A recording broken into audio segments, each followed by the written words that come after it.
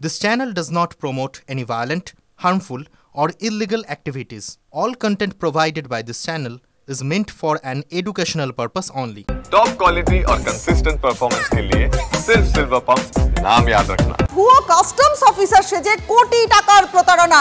অবশেষে পুলিশের জালে ভুয়ো কাস্টমস অফিসার কাঁচরাপাড়া থেকে গ্রেফতার মিহির ঘোষ নামে এক ব্যক্তি। বাজেয়াপ্ত নীলবাতি লাগানো গাড়ি উদ্ধার করা হয়েছে পিস্তলও। অভিযোগ উঠছে কখনো চাকরি দেওয়ার নামে কখনো কম দামে সোনা বিক্রির লোভ দেখিয়ে একাধিক লোকের টাকা আত্মসাৎ করেছে মিহির। তদন্তে জেঠিয়া থানার পুলিশ। এই মুহূর্তের বড় খবরে নজর রেখেছি আমরা, ভুয়ো কাস্টমস অফিসার সেজে কোটি টাকার প্রতারণা। অবশেষে পুলিশের জালে এই ভুয়ো কাস্টমস অফিসার কাঁচরাপাড়া থেকে গ্রেফতার করা হলো মিহির ঘোষ নামে এক ব্যক্তিকে।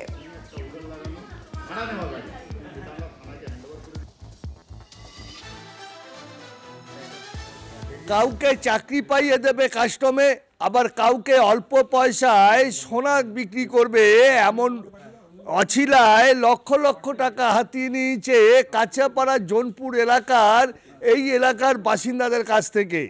কেউ বা 1 লক্ষ টাকা দিয়েছে, কেউ বা 1,80,000, এরকম লক্ষ লক্ষ টাকা হাতিয়ে প্রতারণা করে অবশেষে আজকে পুলিশের জালে মিহির ঘোষ। ফেক অফিসার পাড়ায় নীলবাতি জ্বালিয়ে গাড়ি নিয়ে আসতেন এবং সবাই ভাবতেন সত্যি হয়তো তিনি কাস্টম অফিসার, কিন্তু এরকম যে ফেক ঠকবাজ এখানে যে আশ্রয় নিয়েছে তা কোনো ক্রমেই বুঝে উঠতে পারেনি এলাকার বাসিন্দারা এবং বাড়ির মালিক। জোনপুর থেকে বিশ্বজিতের সঙ্গে অনন্ত চট্টোপাধ্যায়, TV9 বাংলা।